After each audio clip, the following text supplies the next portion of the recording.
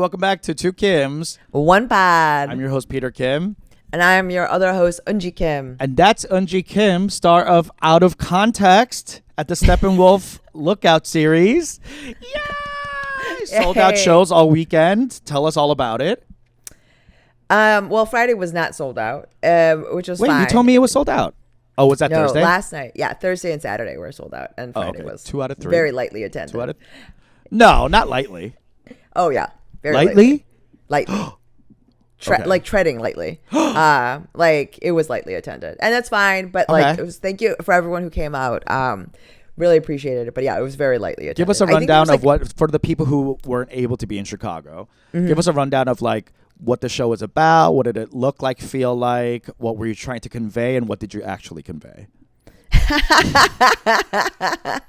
So, it's funny because last night there was like a gaggle of young gay men that were there, and I know they had followed me and came because of that drag brunch, I think, that I did, and so they were like there to see me, and I think they were pretty surprised at the fact there wasn't stand-up comedy. Okay. Yeah, because they were ready. I think they were like lit up, like you know, like White Claws and shorts. You know what I mean? Like they come straight from Hollywood Beach too. To the Steppenwolf Black Box. Yes, they're ready, getting ready to get lit and like have a good time. And then they sat down for a solo show, a theatrical experience where it's comedic, it's funny, but it's like it's pretty serious. Parts of it are pretty serious. But it's like both, right? But the show itself is about why I have such a bad Uber rating. And it's about the email I got from Uber about me harassing a driver. Oh, and okay. Yeah. The show is basically me addressing and writing an email back. Gotcha. Okay. To Uber about all of their points regarding an inappropriate conversation. Gotcha. Okay. Yeah. Cool. So, yeah, that's like I just go through each of the points that they make, and I'm just trying to put myself in context. I'm not defending myself. I'm not trying to make any excuses. I'm just trying to explain myself. Okay. And there's multimedia, and it's jokes and personal stories, and some philosophical opinions about like what's happening in our culture. So yeah, they were on board, and then they were like, what's happening? Like these like gay guys at one point they were like like they really didn't understand. And like some of the reactions were just like they did, like it was like whiplash for them. I could just see like I could see the White Claws just swishing around in their brains. Yeah. Oh. Well, you gave them something to think about, I'm sure, because they were coming for some ha-has. Ha-has, yeah. And they got a lot of ha-has. Yeah, they got a lot of ha. Okay. Yeah. So, but yeah, it went pretty well. I think my intent is for the show was to like just like create space for people to offer more grace to each other, and to consider the context in which you experience people to be just that. It is their context and you know what I mean? And to consider where they might be coming from. I don't know. I think a lot of people leaving, I was asking, there was a fair amount of that. A lot of people were checking their Uber rating. That's great. A pang of self-awareness. Yes. And that was enough. I think that seemed to be a lot of it too. Like a lot of people leaving, thinking about in ways in which they may be toxic. And that's sort of what, like, it's almost like it's like a tick away from what I was hoping to accomplish, right? But it's hard to, I think that's like an easier thing to ask of people, like to consider like how they are affecting others versus like to consider how you might treat others. And I think it was like effective. I think from talking to people, it seemed like my goal was being accomplished. Yeah, like the kindness stuff, like lending empathy out, considering what makes you toxic. A lot of stuff about like, so I have this through line about mental health very specifically, and how like kind of throughout time there's always been a diagnosis of strong, strange women. That's whether or not hysterical or they're this or that. And then I'm just like, so then like what is illness, right? What is mental illness? What's being sick? What's being rude? What's being, asking overly personal questions? And like, yeah, because the email from Uber was about like me being rude about like comments about appearance, and like I have this like whole thing about how like Korean people just talk about your appearance, like it's like a thing, and it's matter of fact. It's not really rude in Korean culture, right? Because it's like you want someone to be honest with you, because so much. I didn't talk about this in the show, but the reality is that like so much about Korean culture is so appearance based, like whether or not you get a job, whether or not you get into a good school, like that shit is like, that's why everyone gets surgery after college, because you have to get a job. And so if someone is telling you like honest feedback, it's helping you get a job, it's helping you become successful. It's not just a matter of like appearing beautiful, it's not just like a matter of vanity, it's a matter of like economics. And if you think about it, in American culture, that's ultimately true as well. And like that, sometimes I think being tough is like really now maligned, and I'm like, but they're like, tough people are the ones that you want to ask questions to. Like, like, I mean, I think you and I are both pretty tough assessors of anything, of ourselves, of our friends, of like just projects and things in general. Like we're the people that people ask our opinion when they really want to know the truth. I think that's true, and I do think that's exactly the reason why people don't come to me, because either I agree. They don't want to hear it. They don't want to hear it. Or they know that I'm not going to be good at taking Faking. their feelings into account. Yeah. Faking is the way I think about it. Another way I've been thinking about it is taking a beat to consider that feelings may exist. We've been talking about this. Yes, we right? have been. And so this and is I've been working on this for the last 10 years. And the show is about how I don't want to do that. I understand that. I wish I watched your show before I started feeling like this. I mean, it is that I mean, the show is like kind of about like my most toxic parts, and kind of explaining why I'm like this. There was what my director's like boyfriend was saying. There is a part of the show where I'm being very willfully, where I'm willfully lacking self-awareness, and my director's boyfriend was like, there's like so much stuff that's unsaid that really tells another story, and it is that like, where I understand this is toxic, this is not good, I could consider other people's feelings and stuff, but like I will say that like I think there's a role that tough people play. Like it's important for people to still hear truth.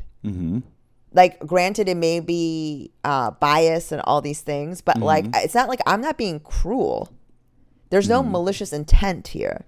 I am being honest, right? And it's like we are the people that I don't think people think we're malicious. Ever. I think people think we are just selfish. Selfish? Why? Because we don't take into account the other. We're only taking into account what we believe to be helpful, true, good, whatever. You know what I mean? Sure. So, but that's like this. There's this thing where it's not you're not doing it to hurt. You just don't know that hurt is possible. But I also don't think. I do understand that hurt is possible. I just don't think. Yeah. I don't. I usually don't, and that's the issue for me. Is that I'm rarely aware that my words can hurt. Rarely. Right. I don't think I Only with Eric, where I have to kind of back off. Right. Yeah. But most people I don't do. I mean, to me, I don't think that it's necessarily, it's oblivious. It's a little, it's callous or like tough, but there's like selfishness seems to imply that there is gain for me, right? There's like something that somehow it benefits me. And with my intent being like, I guess selfish as in not considering. sure. Like I'm only considering myself. Yeah, it can be, it's inconsiderate, sure. Yeah. Yes. Yeah. But like I also, this is a line from the show, but it's like being considered hot is not a right. Being considered like a brilliant whatever is not a right. Like not everybody is awarded it's not a God-given right as an American citizen to constantly be affirmed in this way, you know? And like being tough, I think, is also like it's it's what I think sometimes creates, you know, the kind of people that ultimately hurt others, right? If no one ever told, let me ask you this. I'm not advocating for like any sort of like the way that we were brought up, but if you consider like if our parents had been supportive and loving and been like very, very affirming all the time, like never telling us that any choice that we were making was wrong, but always affirming, like just knowing my 성격, I would have become a psychopath. Yeah. I mean, it could be argued I am one now, but I'm saying that like it would have been maybe like I wouldn't be aware of my limitations as like as a human. I think we just look at it differently. I look at the way we were brought up and the toughness as it's so funny. Eric and I were literally having a conversation about this going to OC yesterday. About how it's been beneficial in so many ways in my life, and has been equally harmful in other places. Meaning, in creativity and in business, yes, it has been a boon. My personality of being tough, blunt, clear, to the point, direct, only thinking about what I need, what I want, going for it, you know? Yes. In my relationships and just socially, it has been the opposite effect. Yeah. So, it's something about me that I understand that is helpful, but also harmful. You know what I mean? Like, so like it's really about me personally. It's about like making sure I know how to like focus that energy towards that thing versus this thing, not spray it writ large everywhere. So inside the show, that is sort of where I'm getting to. Like I'm making the point that this is bad. Like it's the sort of I don't know if it's bad. It's just bad when it's like unfocused. That it can go either way. So there's like a section where I'm like, that there is a point at which this crosses the line, right? Like, because you are, like, and that's the whole show is like just to place things inside of the context of which, like, how you were enduring whatever. Because I am sort of like overly being effusive about like how awesome it is to like kind of be like this and like making a case for my most toxic traits, while at the same time saying I'm not actually making a case, I'm just explaining, and it's like whatever. But it is ultimately getting to what you're talking about. It's like, but it's also not good, like I think that that the same things are true about me. Like there are things that being overly tough makes me a very toxic person to be a close, like to be like in relationships. I certainly suffer from it.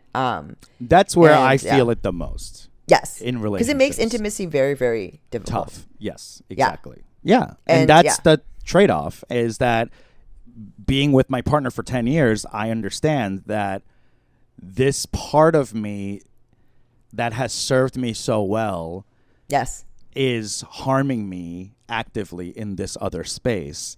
And I'm like, okay, well, is there a way to like code switch maybe? You know what I mean? Like where in this boardroom, I am Peter Kim, the monster, but in my relationship, I am something different, you know? And like, yeah. I mean, this is it's hard. It's hard. I don't know how to do it really, but I'm aware that I need it. I mean, the show is literally like, I look for constant deep connections with no intimacy. Like that is my jam. Like I love social media for that, like all my relationships on with that. Like it's very specifically deep connections or a lot of like shallow connections, but no intimacy because it's painful. But I will say, I also think that, you know, people expect perfection from each other now. And it's like, there are people like us out in the world. So like, if you are in a relationship with like a psycho like us, please also offer us some grace. Because if you think about it and considering how toxic we are constantly offering you assholes grace, right? Like think about it. Like none of y'all are perfect. Like, you know what I mean? Like, and not to say like, you know, this, I think some people listening might think like, oh, well, then the other way or another way is better to be a human being. I don't know if there's like better or worse, but all I know is that for the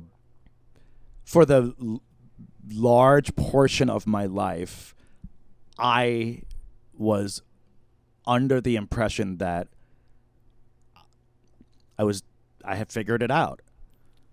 You know what I mean? I was like, this is me, da da da da da. You know, like, and then in my nascent age of my 40s, I think it's just happening because like I'm getting older and I'm softening maybe, and I'm less like, in a lack of a better phrase, trauma responding. You know, like I'm able to be a tad more intimate, which ergo really means being vulnerable, and that's what it comes down to, is that like the toughness is a shield for vulnerability, because like it hurts, right? So like you're trying not to be vulnerable, so you're tough and you shove everything down except for what's most efficient and what's most direct and blah blah blah, you know. So I understand it about myself, but being that way, as you know, for 4 decades, there's not a lot of room to like rewire, you know. I mean, I'm also like, there's somewhere I don't have, I'm realizing I may be full.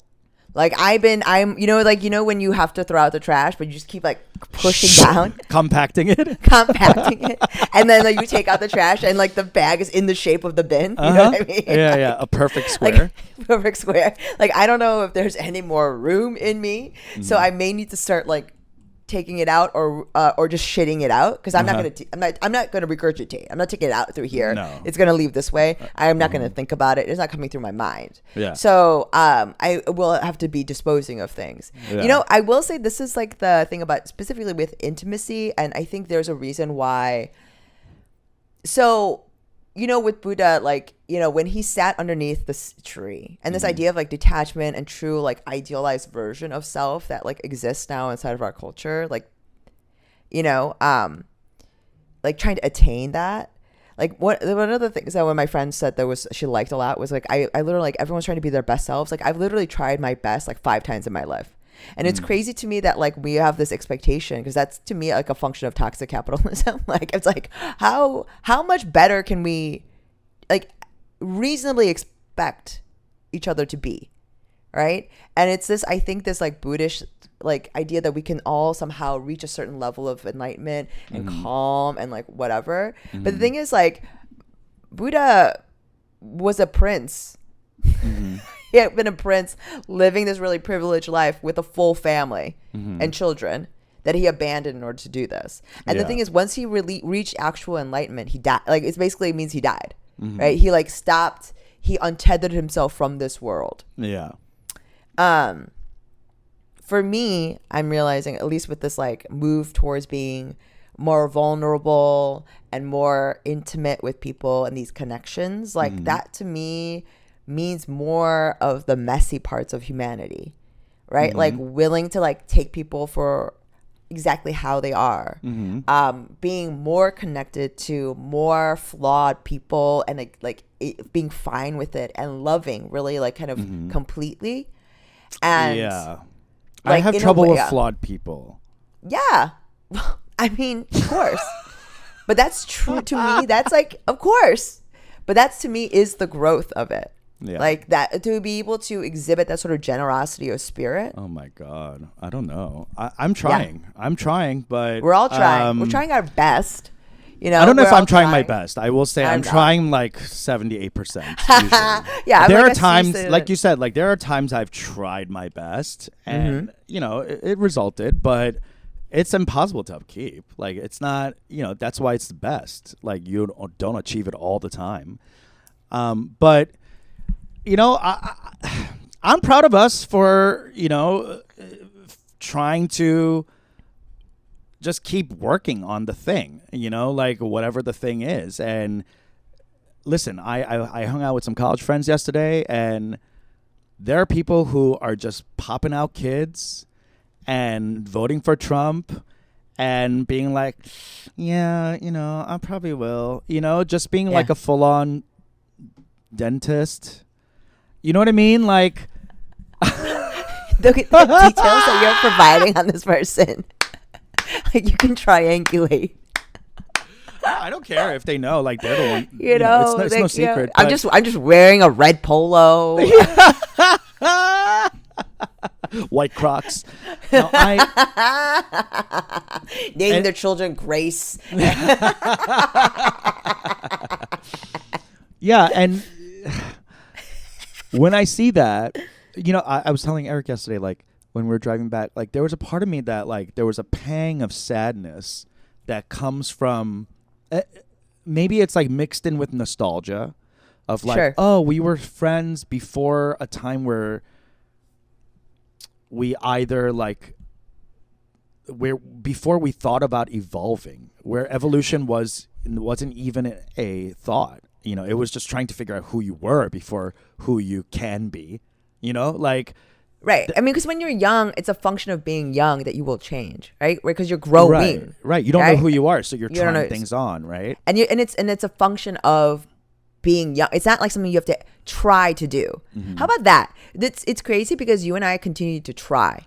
Maybe not our best, sometimes our worst, but we are always trying. I know, and these bitches, these dentists in red polos, naming their daughters Grace. I'm trying to have grace for you, but like none of y'all are trying. Yeah. And that feels like an affront to me. Yes. Because why are you, Unji, and I out here, well, you more than me, living just as full ass fucking, you know, familial domestic lives, careered lives, gigging lives. Yeah. And not also, even being a dentist. Not even, yeah. And also trying. Like, why? Why is that? Like, it feels unfair to me that, like, that I try and you don't. Like, why is that and that ultimately fair? They are more satisfied? They're not. I don't think they are. Yeah. I don't think satisfaction is even a goal. Sure. Like, it's just like, be like under the surface, you know what I mean? Like, get out, like sunken place. Like, you're just barely consciously making decisions. And here's what. I mean, that's it. As painful it is to be us, like always spinning, I'd rather have this like anxiety-ridden, manic need to grow and stretch and express than that any day. Any day of my life. Honey, that is the pain and pleasure of being a seeker. Smart. Yeah. Smart. Awake. Yeah. Yes. Because truly, like, I mean, even if you, I know people that are like smart that do not seek. Boom. Like Exactly. I don't know about this dentist, but I know people that are like really fucking smart, and there's got to be a they're better not word seekers. for that. I don't know if that's smart. Sure, clever, bright, great. No, I'm talking like You're not Mensas. Yeah. No, sure. Yeah, But I'm talking like doctors. I'm talking like MITs, Harvards, like. And the thing is, some of them are made the conscious choice to stop. They saw or never even started. I don't know anyone that was that smart that never saw it. Really? Like categorically. No. I don't know anyone that You don't was think like there are that. people that are that smart that just check boxes just to fit in? No. Like, I think gotta go to Harvard, gotta go to med school, gotta do this, anyone gotta that get a I know job, that gotta was get a like wife. anyone that I know personally that was like that always had at a certain point did seek. Had a phase? Had a phase. And then That's even sadder. they saw it, but they found. Oh. And they were done. What did they find? Whatever version that served them, right? And it's oftentimes the ones that I've seen that did that. It is either it's religion and it's family. That's crazy. And they were to done. Me. I understand I don't think I could do you because like I don't think I could find something that will make me to stop seeking. It's just wired in me. Like I don't think I have that in me. Like to stop. I don't either. Of course not. I don't. But I understand that they're choosing happiness. They're choosing contentment. I wish I could choose. How do we do that? Can you find out from your friends? Let me call my dentist. It's a 성격. Yeah, it's a 성격. Like truly, that's it. I guess like, it's fundamentally, right? Like because they did. It's not like. It's not as if they did not seek. It's not as if they were not curious. Because if you're like that level of smart, like, and you're reading stuff and you see the way and understand, like, all these people were like not only just math and science, but they were also very good in logic, right? So if you are doing that and doing the work and you're in school, of course you see, yes. And so you're going to seek, but then they were done. They like closed the book and said, this is what is actually what matters. It's family, it's religion, it's X, it's this. And then they're done. They're full. I'm never full. To be full. I am not ever full. There's you know. God bless. God bless you if you can be satiated and you could sit and look at your family and surroundings and be like, I've done it. Because that's the thing. I just don't have it. I don't have that. And that might be a function of like how we were raised and our background, right? And our like, how about this? Also, our unfortunate genetics. I think it's just genetics because I have a lot of friends that grew up in the same exact environment as me. And they chose. How about this? Most people that grew up exactly like me chose to unplug. Yeah. Most. I would say 96%. That's the sane choice. But the thing is, this is, okay. and it really is. It is. It's a sane choice because that brings stability to your life. That makes you a better person to withstand like the trials and tribulations of adulthood, right? To be solid in sort of this stance. Yeah. But I'm starting to realize that for me, it's just not a choice. No, absolutely. You know what I mean? But the thing is, but culture and culture the world needs anxiety-ridden people. The 4%. Because without, who else is going to be talking about the fact that like the water is going to be gone? Someone needs to worry. Someone needs to tease out like the most extreme situation that is going to occur. Yes. And ring the bell. Yes. Like, you guys, I know you're all busy being good parents and like functioning members of society, but let me tell you, as the guy who woke up at 11, and I've been thinking about this for about an hour. I'm telling you, town crier. Yes, the AI is coming for all of your jobs. Like, you know, like it is. There's a function. There's not, because otherwise there's no reason, evolutionarily speaking, why we would survive. We're not the strongest. We're not the fastest. We're not the smartest. We are the most. We're the loudest. The loudest, and we're the most worried. We're the most. There's a function to it. Yeah. right? Like there is something, we serve a function, I think, Yeah, ultimately. that does feel good to like know that that there is no escaping. So that feels good, you know, because Yes. like, it makes me less like worried about like how I'm different, Yes. you know? And like I used to really resent my mind. I used to really resent the fact like this impulse. I couldn't let it go. I used to really resent it. I was like other people just made a different choice. Yeah. Choose different. Like Yeah. I used to, you know what I mean? Like try to like force myself to be like, just be Right. cool with this now. Right. And never being able to do it. So I used Just to really can't. resent. There's no, yeah. Yeah. Yeah. And that's fine. I mean, I think it's important to like have grace for yourself in those moments. Like that is really the biggest thing. Yeah. Oh wait, by the way, before we go, I do want to say that quite a few Ajima show fans and like Two Kim's podcast people came out to the show. So thank you very much. Oh, Yes. thank you. Yeah, thank you for coming out. And Peter, this one fan came up to me after the show. She had found me from like a reel, and she was telling me that she just listens to us every Monday morning. Like we're one of her first podcasts that she listens to. So shout out to Ari. Like Ari, by the way, this is like a white girl. Like it's just, like it was so white crazy. girl Ari. Hi. Yeah. Is it Ariana Grande? Yeah, no, it was just. Well, thank you and it for was so listening. I funny. appreciate you. Yeah, we really appreciate it. But it was like yeah. wonderful to. Oh, that's so awesome. Yeah, I know. It was really great. And also, thank you to everyone for reaching out. Yeah, people like that and people like Ari that we do these backlog episodes for because we Yes. don't want to miss you. Yes. You know?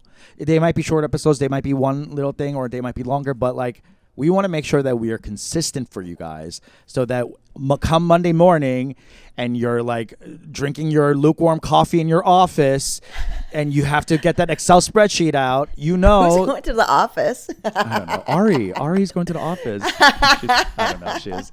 But thank you so much. Appreciate it. We love you guys. Yeah. Wait. Also, wait. Let me ask you. What? Are there any are there any last minute things that like? Is there anything that you really want to do in Italy? Like is there like an experience that you're really looking forward to? Because I want to check back with you after you come back. There's a lot, mostly food related. But what are they? What's the food that you want to like? Is there a restaurant or like specific food items you want to have? Both. We have like an extensive Google Map list of all the restaurants we put in that we want to go to. / like there's like different tiers, like everyday restaurants, like white linen restaurants, yes. and like certain restaurants for a certain type of Florentine steak, you know. So like there's a lot of so we're landing in Milan. I'm definitely gonna have Milanese, yes, which is like that bread. It's like katsu almost, right? Yes, veal cutlet, yeah.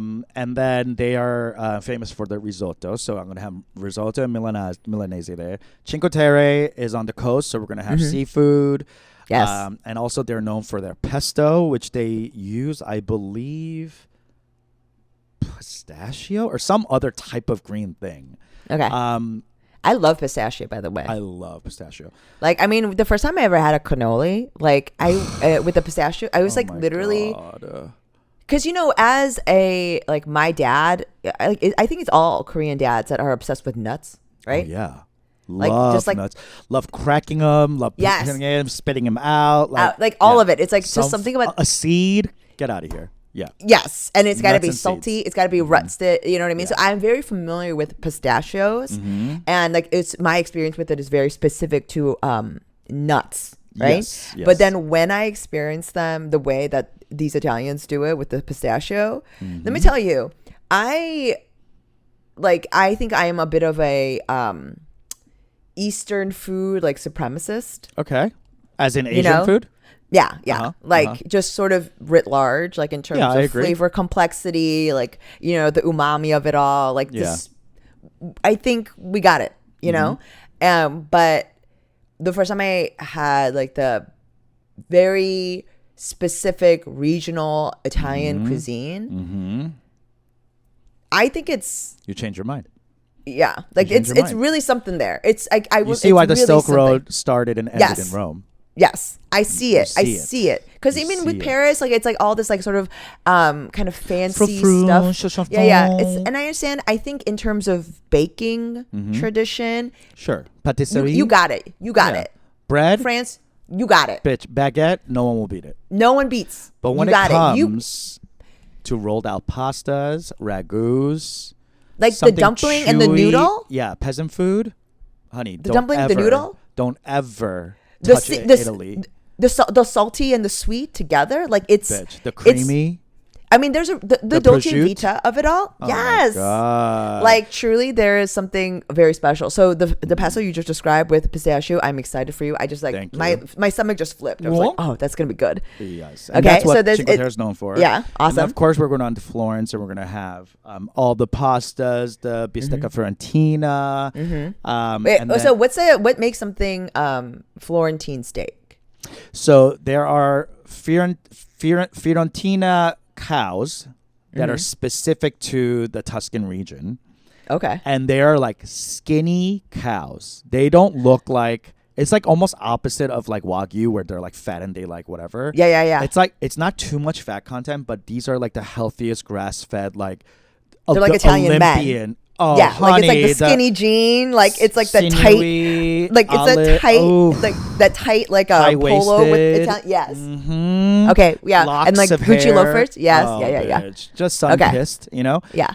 Just mwah. mwah. Okay. So that's that. It has to be. It has to be from a, that region. So it needs to be from a hot cow. Yes, that's skinny cow.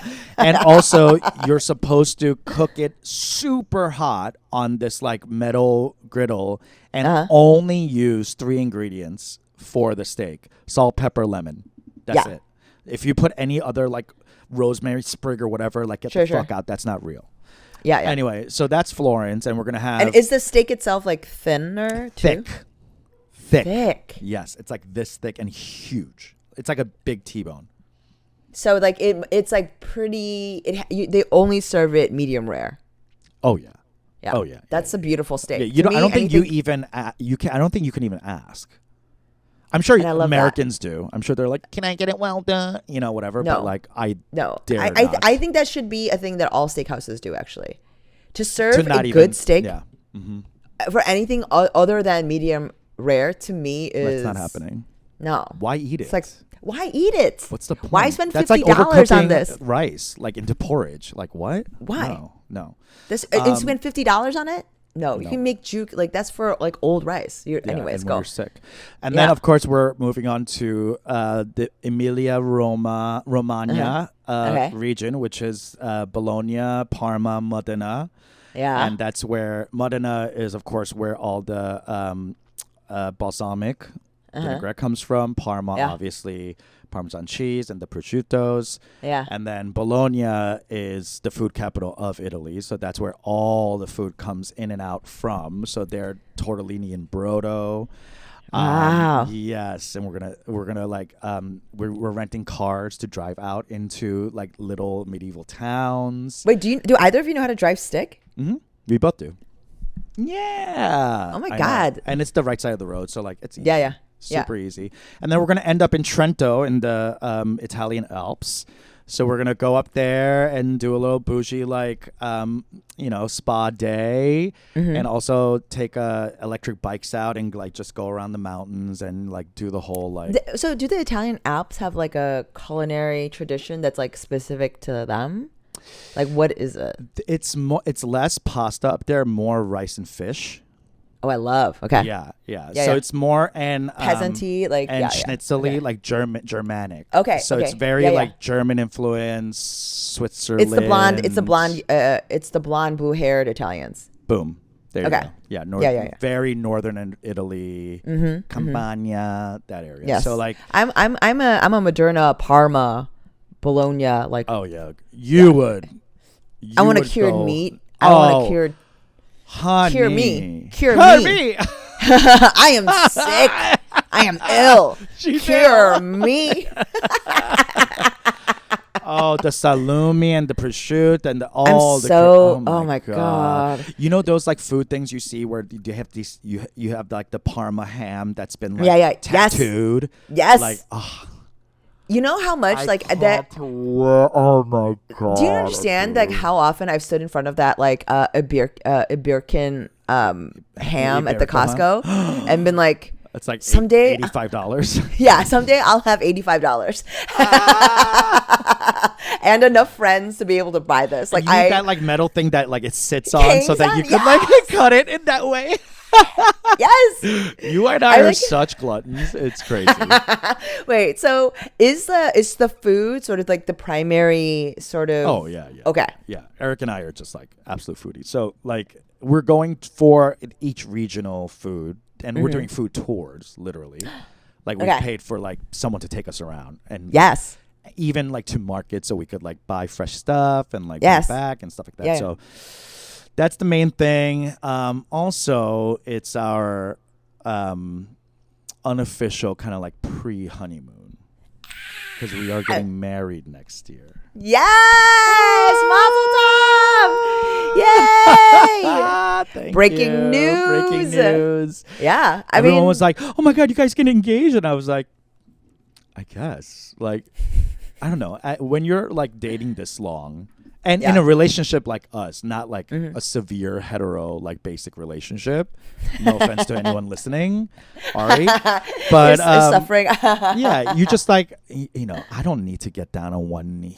One knee. What the fuck is that for? Yeah. Like you know, like all of that like patriarchal stuff. We're just like stripping out. You know, and we're just like only doing the stuff like that really resounds to us and like resonates with us. So like, yeah, it'll be small, intimate, cute, very us, probably outdoors in the woods somewhere. A lot of DEET. Yeah. A lot of West Nile. Yeah. So are you guys doing anything while you're in Italy for like to kind of commemorate this very specific? Yes, we are going to. Well, in Florence, there's a very famous bridge called the Ponte Vecchio, and that's like where all the gold market is. And so we're gonna go to. I love Florence, by the way. That's like what was my favorite. I love city. Florence. Yeah. It's so romantic. I know. But is anyway, it during? Are you going? Is this like kind of the height? I'm trying to remember. Is this like the height of like tourist season, or is it kind of at the tail end? No. This is the height, so it's gonna be bad. Okay. Especially with the like anti-Chinese sentiment, anti-Asian sentiment, which is really big in Italy. Yeah. Or just everywhere in Europe, but anyway, it's very xenophobic right now over there. It really is. But so I'm a little worried about that, but it's okay. Like it's actually kind of good then. Yeah. That you're going at the height of sort of tourist season. There's like going to be a lot of, so Asians, you kind of so like, I could blend in with the mess. Yeah. Well, I mean, it's like it's hard to like be singled out. Yeah, exactly. And you're right. I didn't think about that. Yeah, I'll just like hide behind like, the Chinese girl with a flag. Yeah, or like a group or whatever. And like, it's also this is the time where money is coming in, so it's like, yeah. I mean, who knows what you'll actually fucking experience, but like, it's when you go in off seasons, like it's more likely that you're like experience more discrimination. Yeah, that's true. So so we're gonna go to the Ponte Vecchio, try on some rings, some gold rings, and see how we feel about that. And but other than that, just like nice dinners here and there. Not too many. We like to kind of like. We don't. I don't care for like fancy stuff while I travel. I want to like find the street cart or the even in Paris, like I love going to kind of the outskirts of the arrondissement, so that like you can go where like the locals go to a sandwich shop instead. I'm of obsessed with going where the locals go. Like I am that tourist. Me too. I'm always like, anytime I'm in like a cab or whatever, can you take me to where the locals go? Yes. And like I'm obsessed with it. You like have to. Because you want to, if you really want to see. It would be like coming to Chicago and only going to Geno's East downtown. Right. Or Uno's or whatever. And then thinking like, wow, this is Chicago. And it's like, this is nothing. It's the Chicago that we present to you. It's not even the best version, though. No, it is just like for the tourists. Yes. But like there's a Chicago that we keep for ourselves. And that's what I want in on. Yes. Yeah. And TikTok's been really good for this. Oh, yes. I will say, because I really good for this. Yeah. I'm obsessed with the TikTok travel. Like I'm always vicariously living through like people living in Paris and like living in Italy. I'm always doing that. I will say that's lovely about TikTok. That, and then sometimes TikTok thinks that I'm like a black lady, so it's always giving me TikTok travel. Like all the racist stuff about like all the xenophobia. So that's why I'm very aware of it as well. That's great. Yeah. But I'm so excited for you guys. Do you guys do you have an idea for like do either of you have like an idea for the kind of ring you want, or is it like just plain bands and calling it the day? Plain gold for me. Eric's not really a metal ring guy. He wants something a little different, like kind of like wood inlay type of thing. Sure. So he might go a different way, but I like gold, so I'm definitely looking at just like a simple gold band. Yeah. Okay. Just keep it classic. I'm so excited. Yeah, thank you. Okay, well, I'll see you guys in 2.5 weeks. Crazy. But enjoy your summer. I hope your summer's going well, and we'll talk to you next time. Bye. Bye.